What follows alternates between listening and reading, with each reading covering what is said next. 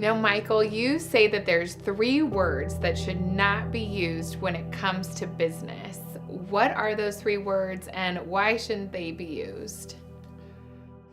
Allison, the 3 words that I ask people not to use are convince, compromise, and weakness.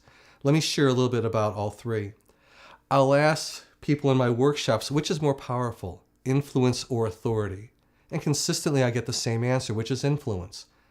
And I agree, because if you've influenced, then whoever you're influencing has bought off on whatever the plan is. If you're convincing, there's only room for one perspective, your own. But if you're influencing, now you're working to understand both perspectives, theirs and your own, so you find a place that works for both of you. But if you try and convince, now you have allowed no space for their perspective. Compromise, because I prefer collaboration. By definition, and it's a little corny, collaboration is win-win. Compromise is lose-lose.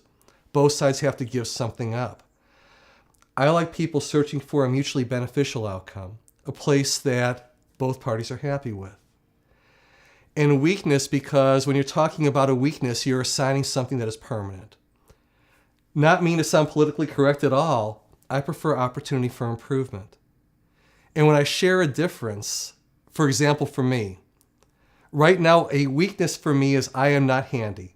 If something says some assembly required, I don't buy it. My wife is far handier than me, and I have no interest in getting better.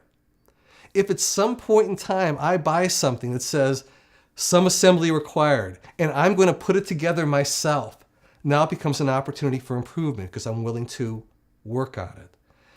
And that's a hard habit for me to get people to break, because they want to use the word weakness, not only for others, but for themselves.